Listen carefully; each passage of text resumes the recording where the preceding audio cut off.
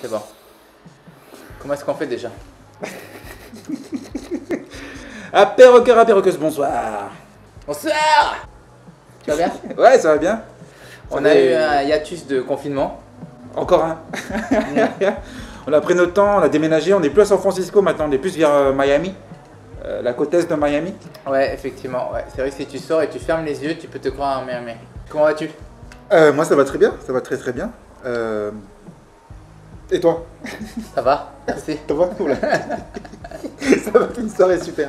Juste pour qu'on redémarre tranquillement, je vais te raconter une petite histoire. Tout à l'heure, avec ma grand-mère, on a discuté un petit peu d'un membre de ma famille qui est décédé. Je suis passé la voir tout à l'heure, j'y suis arrivé vers 14 h et j'y suis resté jusqu'à 17 h. C'est fou, enfin, tu sais, les personnes âgées, c'est pas...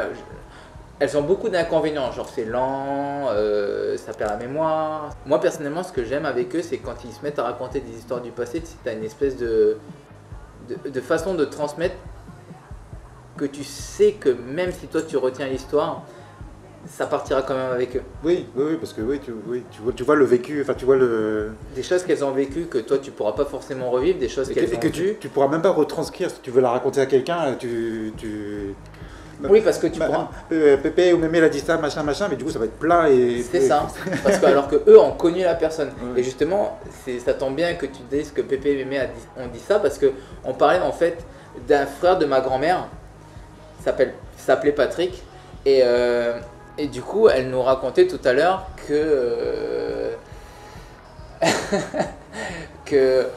il a eu pas mal d'histoires dans le sens où c'était quelqu'un, d'après ce que j'ai compris, c'était quelqu'un de très beau, de très gentil, mais par contre qui avait une sacrée force. Et ça se voyait pas forcément, enfin il était sculpté et musculé, mais c'était pas forcément le gars qui faisait 2 mètres et sur 1 mètre de large. Et en fait elle me racontait une fois, le dimanche des fois ils allaient jouer au foot.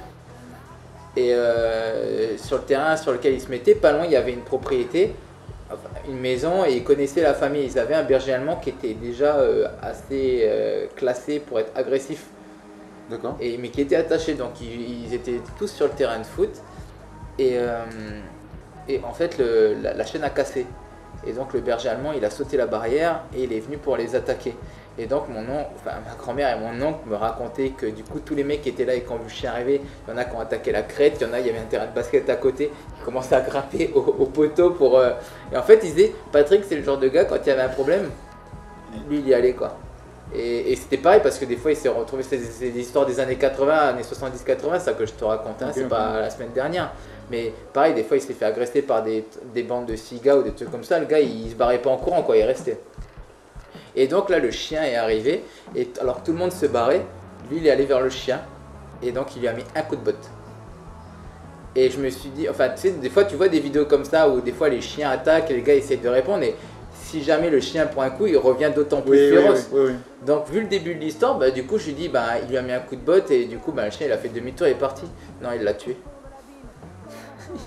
Avec le coup de botte? Avec un coup de botte. Avec un coup de botte, il a tué le chien. Après, pour leur défense, le chien était venu les attaquer quand même, hein, qu'on n'ait pas Brigitte Bardot sur le dos. Voilà. Pour tous ceux qui aiment les animaux, etc. Attachez vos chiens. Voilà, c'était un cas de légitime défense, apparemment. Un cas de légitime défense. C'est ça. Non mais, et je m'attendais pas, et en plus juste avant ça, mon oncle me disait, en fait Patrick il n'était pas souvent invité pour faire du sport. Parce qu'il disait, mais si on allait jouer au foot, non Patrick on veut pas dans notre équipe de foot et tout ça machin. Pourquoi? Parce qu'il faisait... Un coup de botte il tue un chien, t'imagines quand tu tapes dans le ballon. C'est comme dans Olivier Tam, le ballon il... Non mais, là le goal il voit le mec arriver, tu sais quoi, je t'ai vicieux. Et ils en ont 30, et c'est vrai que quand elle me racontait ces histoires là, c'était son frère. Donc tu sais, de la façon dont elle avait de raconter ces histoires. Alors on va dire, ouais mais c'est pas drôle comme histoire, et puis bon, ça fait partie du passé, que ce soit des bonnes histoires ou des mauvaises histoires. Ça fait partie, tu sais, t'as la culture générale et t'as la culture de chaque famille aussi, avec qui ils ont grandi, et puis ça part ton histoire, point barre. Et c'est vrai, quand elle me racontait tout ça, elle était là assise sur son lit, mais là pour ça elle avait toute son énergie. Ouais, c'était...